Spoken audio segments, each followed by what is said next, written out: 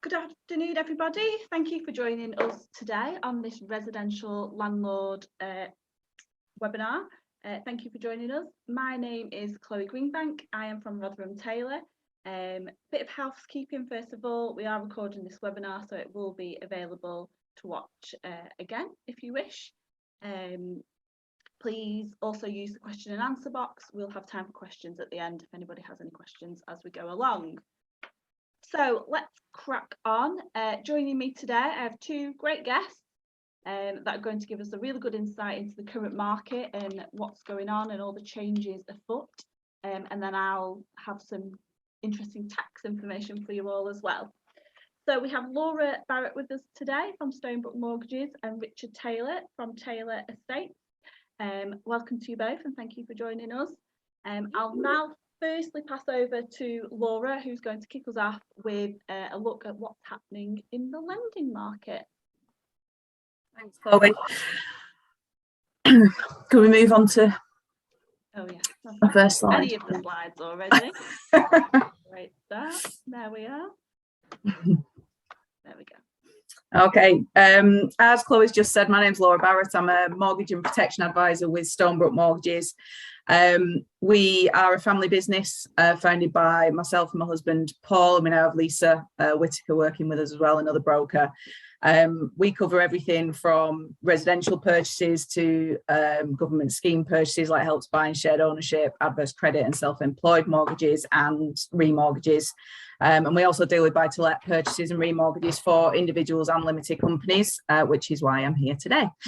So I know that some of you watching this will be experienced landlords, so apologies for the basic information that I'm going to give at the beginning, but we do have some new and potential landlords potentially joining us. So I'm going to start off with the basics.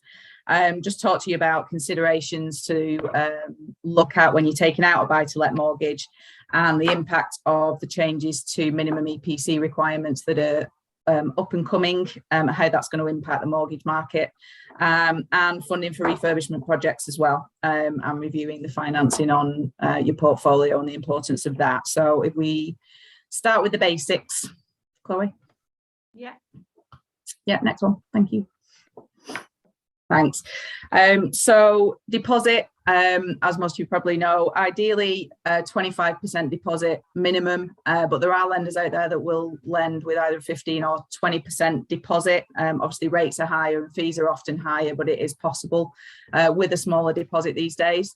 Obviously the higher the deposit that you have, the better the interest rate you're going to get on that mortgage. Any tenancy properties at the minute have to have a current EPC, and the rating on that EPC must be E or above.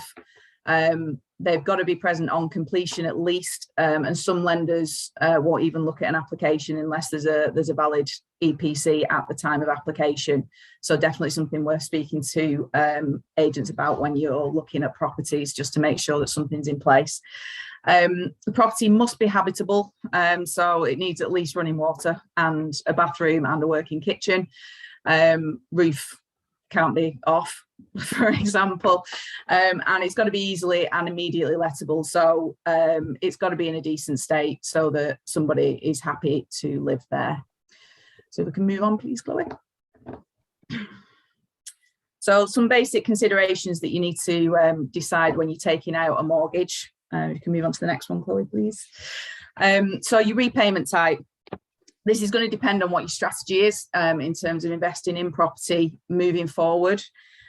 If you're wanting an additional income stream now and you're wanting to maximise the profit that you get from your rental income, then an interest-only buy-to-let mortgage is going to be probably the way that you'll want to go. Your payments will obviously be lower, so your profit's going to be higher. If you're in it for the long haul and this is a pension investment and you want to live on the rental income in retirement potentially, then you need to be considering a repayment mortgage really, so that your loan is repaid over the term of the mortgage. That's where your length of your term comes in. If it's income in retirement that you're after, or potentially the capital growth to live on in retirement, then your term should really be ending at the point at which you intend to retire. Similarly with the interest only, it depends when you're hoping to keep the property until. because obviously you're going to have a loan to repay at the end of any term.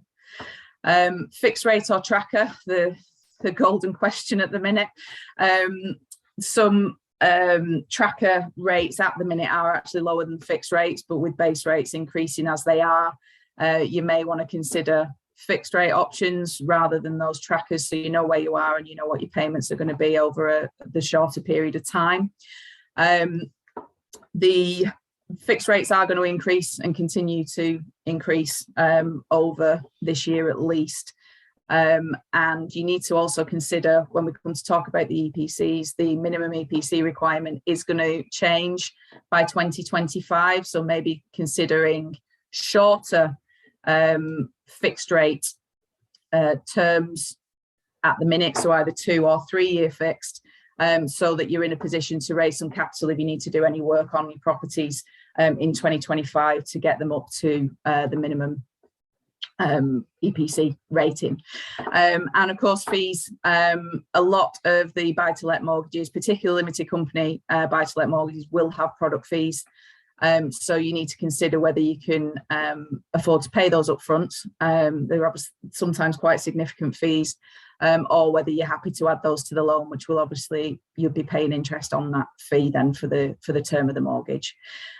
We'd normally advise to add it to the loan even. In most cases, because if anything goes wrong with the purchase, you are at risk of losing that fee if you pay it up front. So it's often worth adding it to the loan, and then if you can afford to pay it all in one go, then overpay once the mortgage is completed, rather than paying it up front. But that's another consideration that you need to make. So if we can move on, please, Chloe. Okay, the question I get asked an awful lot is, how much can I borrow? As most of you know, with a residential mortgage, lenders will look at your income and they will lend a certain times your income, usually between 4 and 5%, but there are lenders that will do more than that, and that's on a residential. With buy-to-let, most lenders apply a stress rate to the rental income. So in very, very basic terms, they'll want your rental income to cover your mortgage payment by a certain percentage, usually 125% or 145%, depending on which tax bracket you fall into. So it's often difficult to tell you how much you're going to be able to borrow on a buy-to-let purchase until you've actually found the property, because we don't know, firstly, how much that property is worth, how much your mortgage payments are going to be, and how much the rental income is likely to be on that. Now, once we get to that stage, if the rental income on the purchase isn't going to be sufficient, there are some lenders that will allow you to use your income then to top up the mortgage and basically give you a rental void risk. So if you're getting a certain amount of income, they'd be happy to lend you more because you've got income there to cover any rental voids in the buy-to-let, and that's known as top slicing. So if you're ever in that situation, then it's worth looking at the lenders that offer that option as well. There's often a few caveats with it in terms of minimum income, but that's something that we can speak about if it's something that we need to do. Okay, so we can move on. So EPCs, I've mentioned them a few times, and as I've already said, the all rental properties at the minute have to have an EPC certificate, a valid one with a rating of E or above. By 2025, that's going to have to be C or above for all new tenancies, and I believe all tenancies by 2028. I'm sure Richard can help out with that.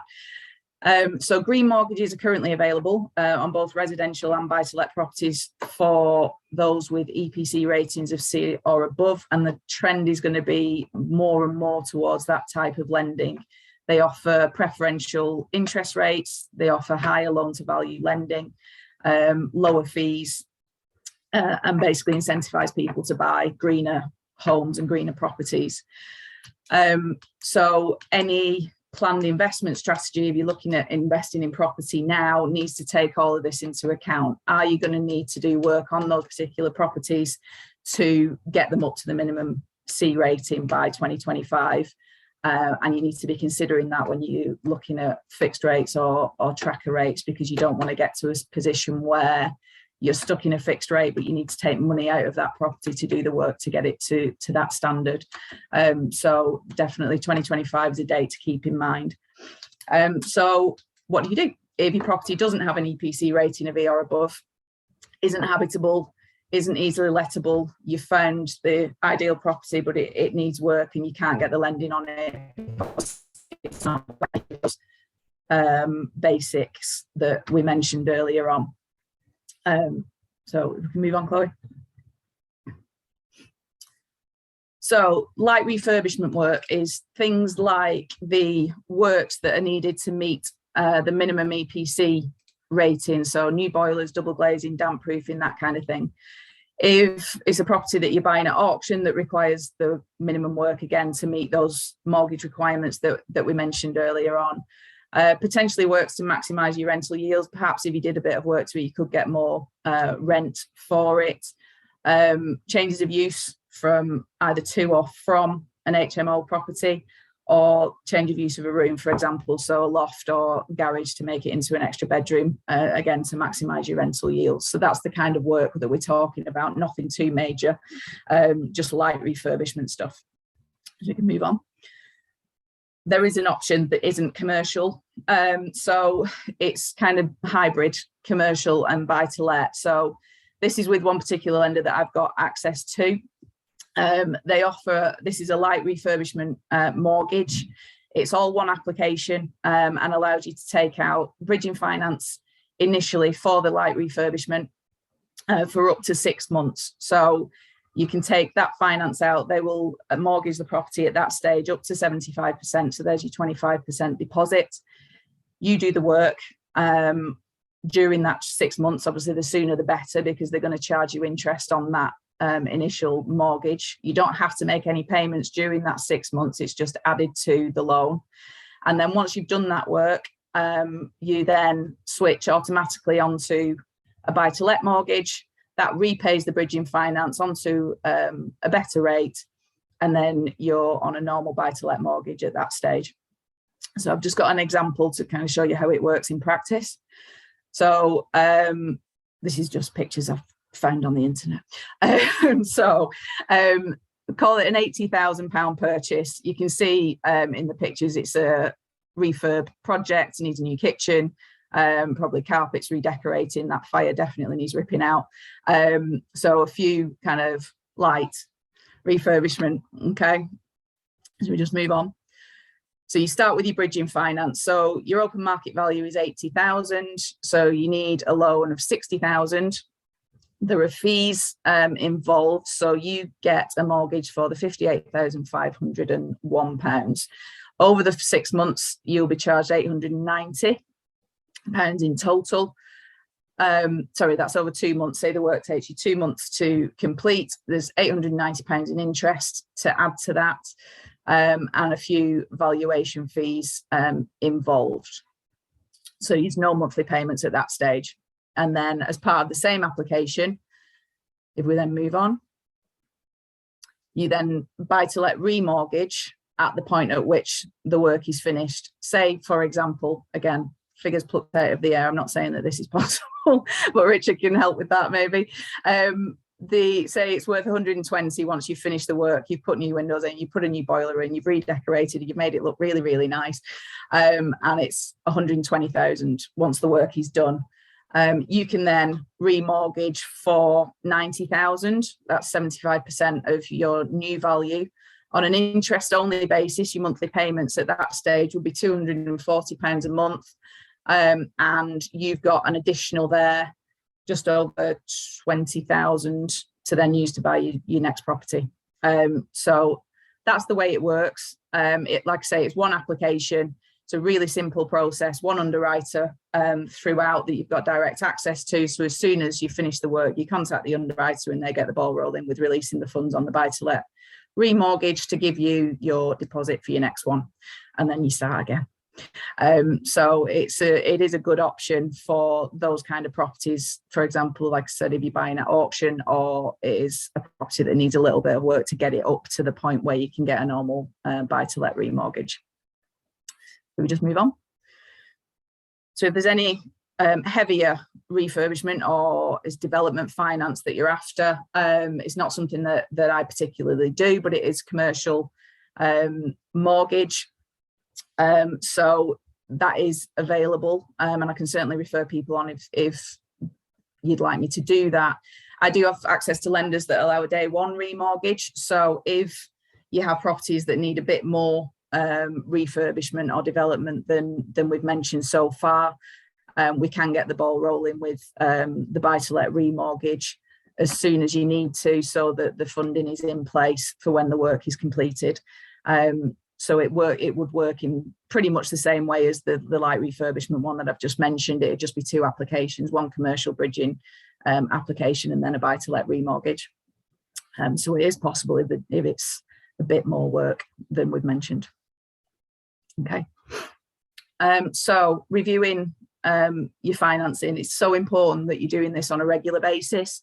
Like I said, there's the EPC issues. If you're on fixed rates that will take you beyond 2025, you need to be considering how you're going to pay for any works that might need doing on those properties that aren't quite at the C EPC rating. So it's worth looking at the portfolio and looking at your current financing options. You might be able to maximise your yield by refinancing. So keeping your current mortgages under constant review is really important. If you've got a large number of properties, then blanket portfolio finance is available, so you can refinance all the properties under one loan. And there are lenders that will accept multiple applications. One application for multiple properties and offer discounted rates for things like that, with no limits on portfolio size or value. So it is definitely worth looking at the discounts available if you remortgage a number of properties with lenders, and looking at the blanket financing as well. I think that was everything. So there's my contact details. And if anyone's got any questions, I'd be happy to answer them. Lovely. Thank you, Laura. That was really interesting. Some good points. I've definitely learnt a thing or two there. I'm sure everyone else will have too. So now we're going to pass on to Richard to tell us all about the current market and what's out there for directors. Over to you, Richard. Okay, thank you. Just to let you know who we are Taylor's Estates. We're commercial and residential property agents based in Preston. We rebranded to Taylor's Estates just a couple of years ago.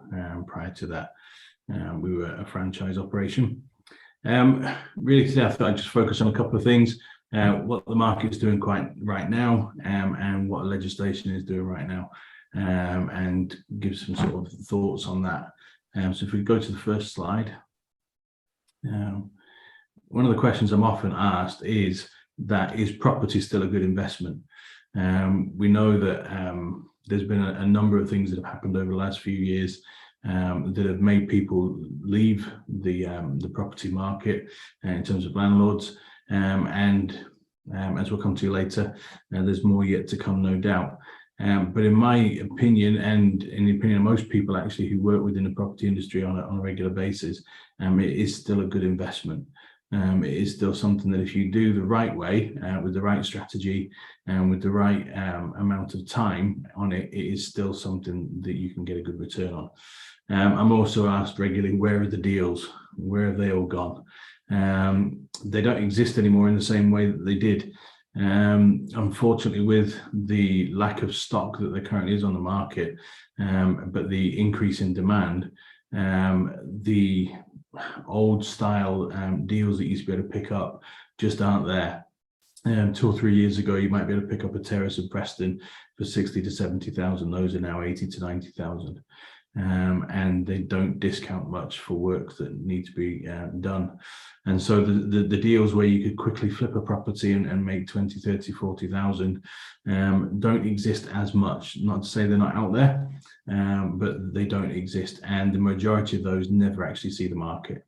And so the only way to access those is to make friends with local estate agents and to pick up those properties that come through by probate, or those properties that are held off the market and go to the little black book of investors. The returns, that's the other thing people ask about, you know, how do I still make a return? Can I make a return? Well, rents at the moment are really good and are going up on every property that we deal with, certainly and the market generally. And so the returns are still there. Although they may not be quite as good as they were, they are still there. And I was reading a report the other day, and it was talking about Preston being the highest in the country at the moment in terms of yield, and we average around 7 to 8% yield on properties. And so that puts us right at the top in terms of the country at the moment for that. Capital gains, now there's an interesting one. Do you want to make capital gains because you want to pay the tax man all that money? I'm just going through that myself personally, selling a rental property and realizing just how much I'm going to have to fork out. Yes, you can though. You know, there's always talk, and there's always talk about that it's a 10-year cycle with property. At the end of the 10-year cycle, that property will always be worth more than it was at the beginning of the 10 years.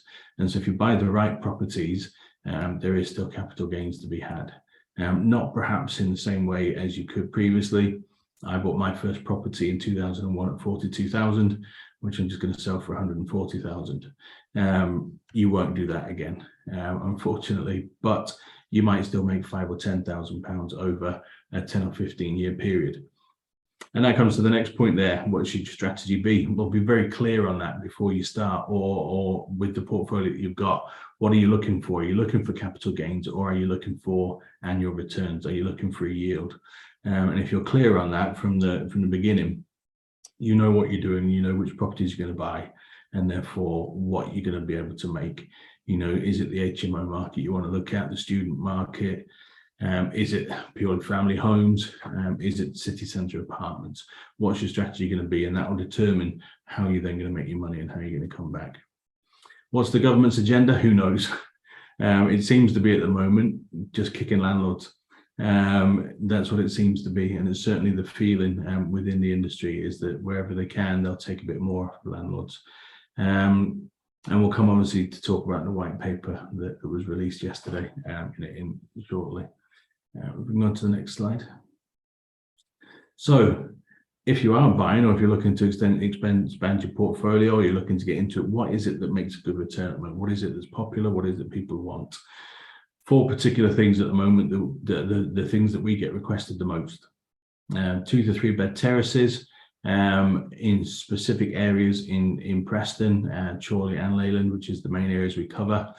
3 bed houses, and they're particularly the ones that have a garden or a larger backyard, and also work from home space.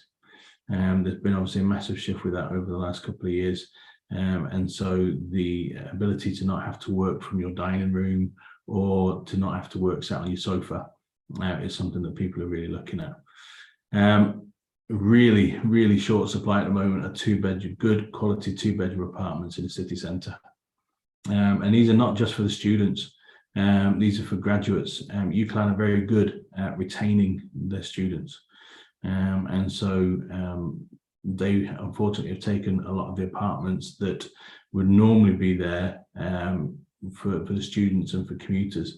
And so despite the fact that there's a number being built in Preston at the moment, there's still a need for more, and a need for good quality ones at good rent rates. And then 1-bedroom apartments, and these are really going to students at the moment, students who are fed up of living in a 6-bedroom cluster with Mr. Messi. Or Mrs. Messi, and just want to live in their own space. And so we really literally cannot get enough 1-bedroom apartments at the moment for the demand that's out there. You know, they're all around £550, £600 a month. And so for a student, that's about the same as what they're paying for student accommodation. But then they get their own privacy and deal with their own things rather than having to share. So those 4 are the big areas of growth that we've seen, and certainly where all the demand is for rental properties at the moment. On top of that, 4-bedroom houses are always going to be popular. You know, and some of those now in Preston are achieving as much as £1,800 a month, and also in Chorley, they're achieving quite high rents. So you know, if you can afford that a little bit more, what you'll find with the 4-bedroom houses is you'll have a tenant for 5-10 years quite easily, because they're families who are renting long term. Move on to the next one. And so this is where legislation comes in. Like, so over the last few years, there's been a number of changes in legislation. Laura's hinted on EPCs and talked a little bit about EPCs. But the biggest change over the last couple of years has been on EICRs, where it was always sort of suggested and recommended that you had your electrics checked. It's now law that every property has an electrical installation condition report done, which is then valid for 5 years. And certainly with the 200 odd properties that we look after, properties that we thought would be absolutely okay, have unfortunately brought up little issues due to a change in the regulations within what is considered safe in terms of electricity now. And so even some of the newer apartments that are only 5 or 10 years old have had to have small remedial jobs done. And so it has been a bit of an eye-opener with that. And obviously, very importantly, get done. That, along with the gas safety certificates, do carry quite large fines if they're not done, sort of starting at £3,000 and going upwards. So for the sake of 60 or 70 quid for a gas safety certificate and 150-ish for an EICR, it's just not worth taking the risk. And then in terms of fire safety, the changes were made a few years back in terms of the smoke alarm now had to be on every floor of a house that had what it can be considered living accommodation on. And so typically that is every floor within a house. So rather than just having one smoke detector, they need to now be on every floor. And that's not just for HMOs, that's for all properties. Carbon monoxide alarms really only apply at the moment to solid fuel, as opposed to anything else, but it's good practice if you're upgrading smoke alarms to just put a carbon monoxide alarm in as well. There's some suggestion, and people talk sometimes about the fact they have to be hardwired. They don't. Again, that's best practice because it negates the need for batteries and constantly changing batteries on the smoke alarms. They are far more reliable and have a longer lifespan of about 10 years. But it's not law. They can just be battery operated. EPCs, as Laura mentioned, C rating, which is an interesting one because you can live in a house yourself that's E rated, but you can't rent out a house that's not going to be C rated. This will have a huge impact on the rental market. When it changed from F to E, I think we had one property that it affected. If we were to change from E to C right now, 3/4 of our portfolio couldn't be rental properties anymore. It's a massive impact. Obviously, this is on new tenancies from the 31st of December. And then from the 31st of December 2028, it's on all tenancies. And so really landlords should be making an effort now to raise that and not leaving it till then, because like with the EICRs, good luck finding an electrician on the date that the EICRs became law. Good luck finding contractors when everybody has to get their property up to a C. You think it's hard now, wait till then. So make an effort now and look at what your rating is, look what you can do to improve it. And there are some very simple measures you can take to improve the rating. Right to rent is one where a lot of landlords get caught out. Although we as an agency do the right to rent checks for all of our landlords, and we take that ID and we do things, it is still ultimately the landlord's responsibility. So the fact that they have signed it over to us and asked us to do it, clearly we're a good agent and we do them and we do them properly. It's not always the case. And unfortunately, when the fines are handed out for not doing the right to rent checks, they go to the landlord and not the agent. And again, that is £3,000 per individual that hasn't been checked. One of the biggest areas of mistake is when a child turns 18. Now, they may have lived in that property for 6 or 7 years, but as soon as they turn 18, you have to carry out right to rent checks on them, which sounds absolutely ridiculous, but is the case. And that's what gets forgotten. And again, that would just simply be a £3,000 fine. And there is no question on that. That's just what the fine is. And it just goes out and you get that fine. So don't think because you've asked your agent to do them, that they're being done. You know, ask to see, right, what paperwork did you take for the right to rent check? There are certain documents it's got to be. And the ones that are most tricky are the visas and the people who aren't citizens of British citizens, to make sure that you've got the right identity cards or the right visa or the right paperwork to satisfy the right to rent checks. One that's come up recently that we've been dealing with is around deposit protection. And again, this is something that you typically leave to your agent to deal with and register them with those schemes. We had a situation where we took over a number of properties from an agent that was no longer trading. And unfortunately, the majority of the deposits hadn't ever been protected. They've been taken by the agent, but never actually put into one of the schemes. And so we did a bit of work to find out exactly what that then meant for the landlords who own these properties. And again, unfortunately, it comes back to the landlord. And the only recourse for these tenants was to get it from the landlords. And so money that was taken in good faith and should have been registered wasn't. If they are registered, it's easy to find. And so whether the agent is still there or not, a tenant can get it back. But if they haven't been registered, or it was pre the time when you had to legally register them, sometimes that can be a bit of an issue. And that does unfortunately come back on the landlord in that situation to repay that deposit to the tenant. And then of course there was the white paper that came out yesterday, where the government are trying to take control of our assets, which is an interesting one. No panic, there really isn't. This is at least a year off coming into law, if it does go that far. There's a number of things that the news people are now reporting on, and obviously, sensationalizing everything like they do. You have to let tenants in with pets. You have to let anybody into your property. They'll all be on these kind of tenancies. You won't be able to remove them. The things I've heard over the last couple of days have been quite funny in some respects. I would just say don't panic yet. There is no need to panic. If you are a good landlord, or if you have a good agent working for you, you will be absolutely fine.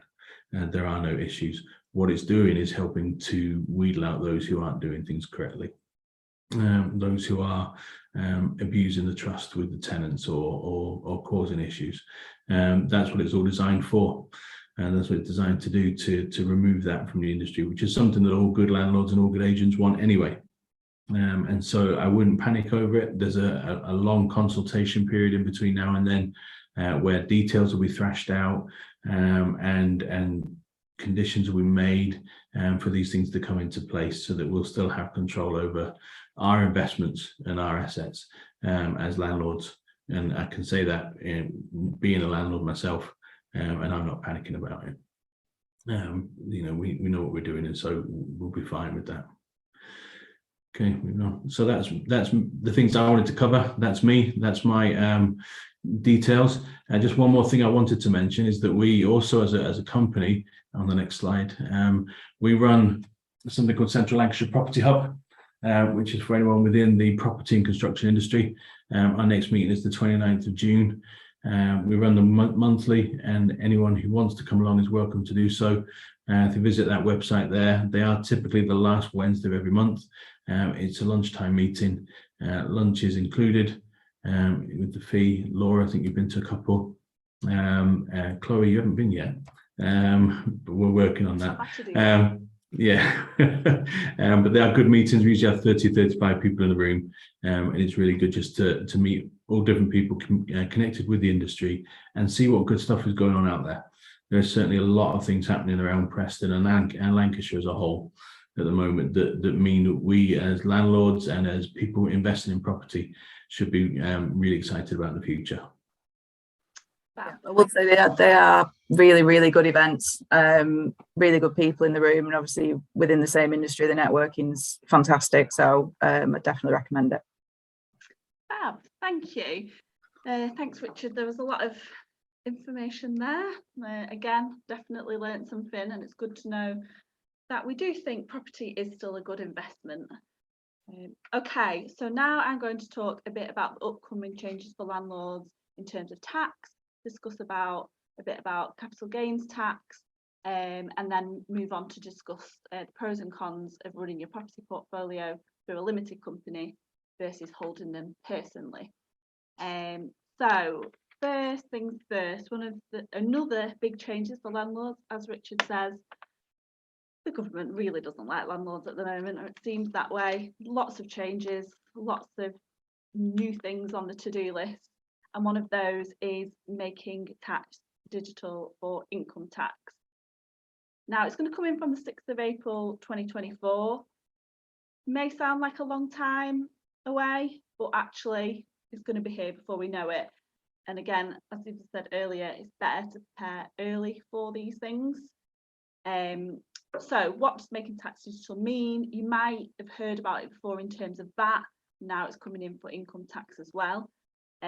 So if your rental income, so that's income, not profit, so the rent that you receive is over £10,000 or £10,000 or more, then, and that's per annum, and that is overall, not per property. So all of your property portfolio, if the rental income you're receiving in is over £10,000, you'll need to sign up to Making Tax Digital. So what does that mean? What is Making Tax Digital? It means that your records need to be kept digitally. So that is on an approved bookkeeping software, such as Xero. And there's lots of adverts going around at the moment on TV and the radio. It's a great reminder when you're trying to relax at a weekend and the radio is talking about Xero and QuickBooks and whatever other softwares there are out there. And so you'll need to record your records digitally and submit them to HMRC every quarter. Now at the moment they're just saying it's submitting them to HMRC quarterly. You won't have to pay tax quarterly, but that might be coming further down the line. Now it might sound like a headache. It could cause a bit of a headache. Obviously there's going to be increased costs because you're going to have to pay for some software. You're going to have to set up a separate bank account, so all your rental property income is going into one bank account. At the moment you might be using a personal bank account at the same time, so you'll need a designated bank account specifically for your rental business. And also it means that you're going to have to keep your records up to date throughout the year. I mean, I know not a lot, but just a few of our clients like to bring in a carrier bag at the end of the year still, maybe on the 31st of January, maybe a bit earlier, but yeah, you'll have to keep them up to date throughout the year. Now, that it also comes with its benefits. So if you're keeping your records up to date throughout the year, you'll know on a quarterly basis if that property is working for you, if you're making a profit, if you're making money from it. You'll also know kind of an estimate of tax that you'll have to pay on it, so you can plan, save and be ready for the 31st of January, so there's no shocks or surprises when that time of year comes around, and you'll be ready for the payment deadline and the filing deadline. So this is something to be thinking about now in implementing those changes. If anybody does want to discuss this, just give me a shout. Happy to talk it through and see what it means for you. So let's move on to capital gains tax, another favourite of the landlord. So when does capital gains tax arise? So you might just think it's if you sell a property, you've made a gain, you pay capital gains tax. Yes, but it also occurs when you give away a property, if you transfer the ownership to a family member, that's not a spouse, if you swap it and there's a difference of values there, or if you receive any compensation for any share in a property. So yeah, that's when capital gains tax occurs. When we calculate capital gains tax, we take our sales proceeds and we obviously deduct the price we paid for it originally, or it would be the deemed cost if you inherited it or somebody gifted it to you. There'd be a calculation involved there. You can deduct any improvement costs that you've incurred since you've owned the property. There is quite strict on what an improvement is, HMRC, so it would be something like an extension, that would be an obvious improvement, or if you have replaced the kitchen, but not just replaced it, but improved it, made more cupboards, used a better quality of material, and things like that. You can also deduct any buying or selling fees that you incurred at those times. So stamp duty, legal fees, estate agent fees. And also there's a relief available if you've lived in the property at any point. So everybody has a capital gains tax annual exemption allowance, which can be deducted from the gain. That's currently £12,300. If you own the property jointly, you get one each of those, which helps out. So that's deducted from the calculation as well. And then the remaining gain is multiplied by either 18 or 28%, depending on what your tax bracket is. And then you get what you need to pay over. If there is a loss, if you've not made a gain, there is a loss, you can carry this forward. Or well, you can offset it against any other gains, first of all, that you've incurred in the current year, or you can carry it forward to offset against any other future gains. The one big thing that not everyone is still aware of is that capital gains tax needs to be reported and paid to HMRC within 60 days of completion. So again, 60 days, oh yeah, I'll sort it out. On your 60th day, you might come to pay it, but you need to be set up. You need an account set up, you need a login set up with HMRC, you need a reference.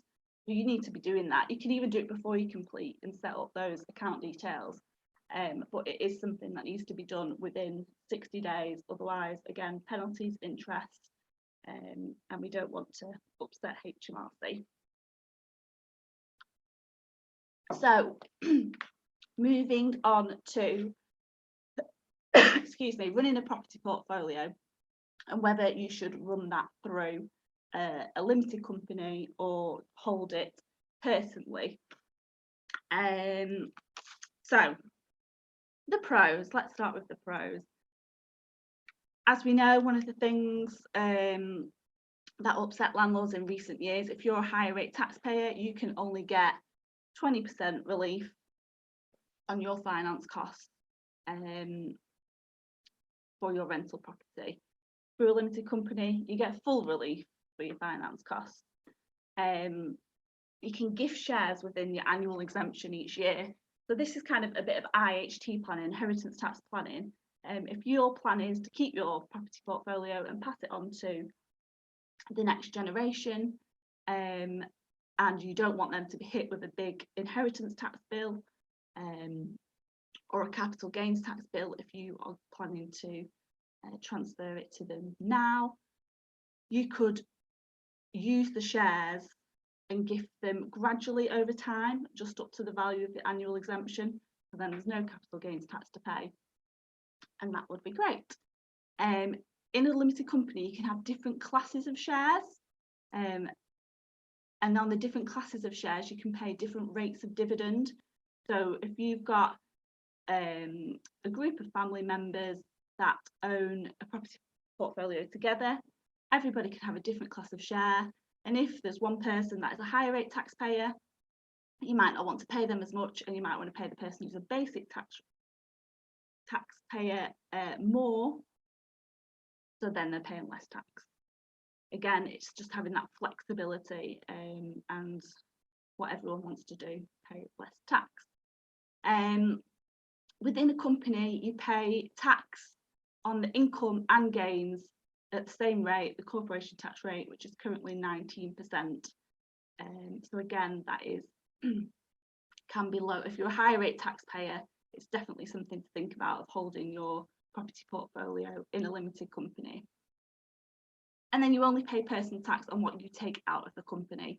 So if you're reinvesting in other properties, then you're not paying any income tax. You're only paying tax on any profits you make within the company. Excuse me. So lots of benefits there for running a property portfolio through a limited company. But we've always got to look at the other side as well. What are the cons? So if you hold a property portfolio personally at the moment and you want to transfer that into a company, this will be deemed as a sale, like we said before, and it will trigger capital gains. well, a capital gains tax calculation at least. If the value's gone down, that's fine, no tax to pay. But if there is a gain, there would be tax to pay. So it's not always worth it. It depends what the long-term plan is. There's also be stamp duty for the company to pay on the purchase of the property. And that is at the higher rate of stamp duty, plus 3%. There's no business property relief or inheritance tax. So if you pass away and you have shares in a limited company, that is an investment company, so holding properties for investment purposes, you don't get the business property relief, which is available to other businesses when you pass away. So that would be all subject to 40% inheritance tax if you're over the nil rate band. And then if you need a mortgage to finance your property portfolio, can you get that within the company? Obviously, that's something we'd need to speak to Laura about. I know it's not always as favourable rates in a company opposed to holding them personally. So again, we'd have to look at the gearing of the portfolio and whether it would be worth it for that. And then there's possible annual tax on enveloped dwellings. That's if any of the properties are over 500,000. So probably not applicable, but again, something to watch out for. So it definitely can be worth it to run your property portfolio through a limited company, but don't just rush in. Always speak to your advisor first, do some calculations. It might be that, yes, there is tax or stamp duty to pay initially on that transfer, but it may pay itself back within a few years.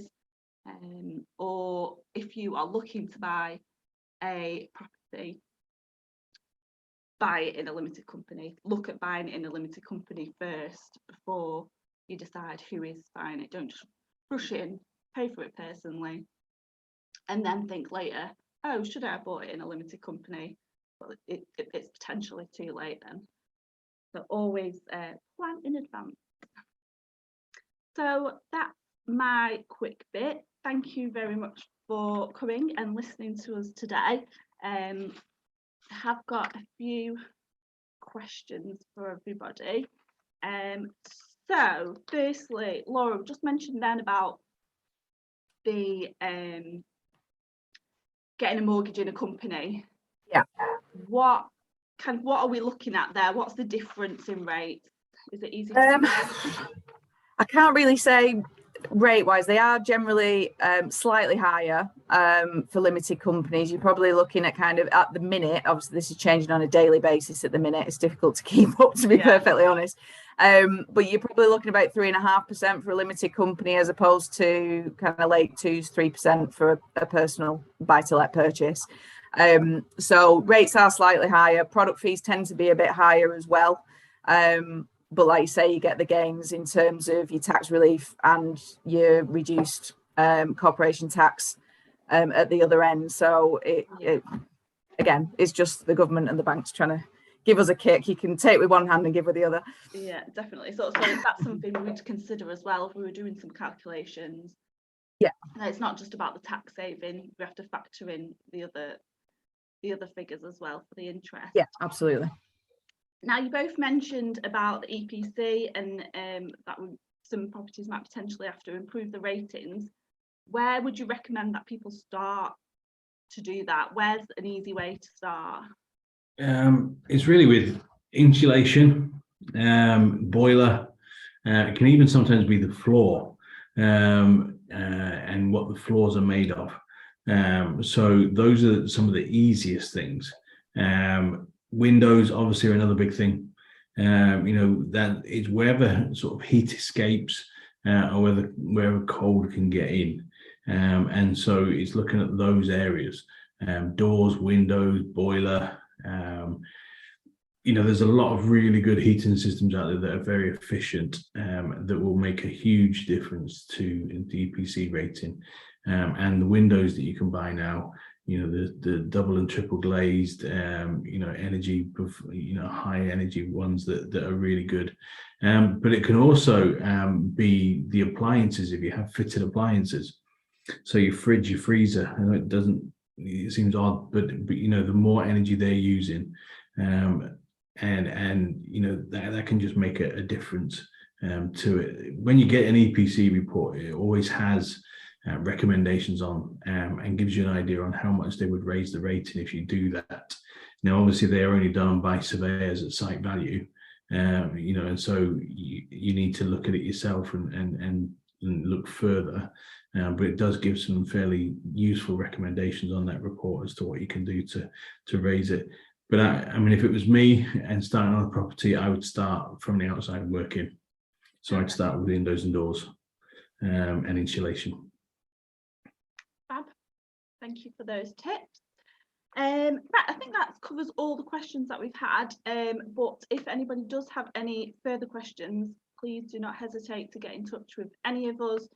We're here to help. And I think probably the message from all of us today that we just want to reiterate again is just plan in advance, ask for advice before you make any decisions, so you're in the best possible place to make the right decisions, most efficient decisions, and the decisions that will cost you the least amount of money.